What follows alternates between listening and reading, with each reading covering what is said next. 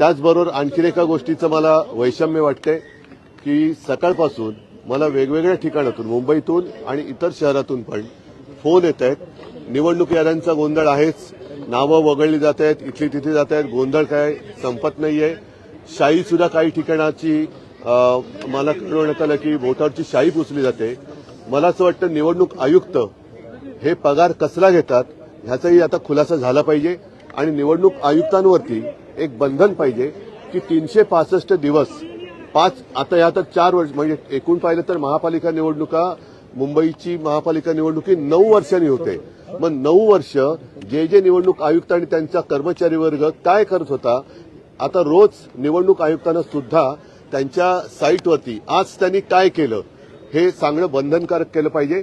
अन्यथा राजकीय पक्षांचे कार्यकर्ते निवडणूक आयुक्तांच्या कार्यालयात रोज बसवले गेले पाहिजेत की जेणेकरून आम्हाला सुद्धा कळेल की रोज हे जे काय आता दादागिरी चालते यांची निवडणूक काळामध्ये, हे दादागिरी किंवा ही भाई लोक हे वर्षभर आणि निवडणुका नसते त्यावेळेला काय करतात. हा निवडणुकीचा किंवा याद्यांचा गोळ हा ताबडतोब थांबवला गेला पाहिजे, नाहीतर निवडणूक आयुक्तांवरती कारवाई झाली पाहिजे.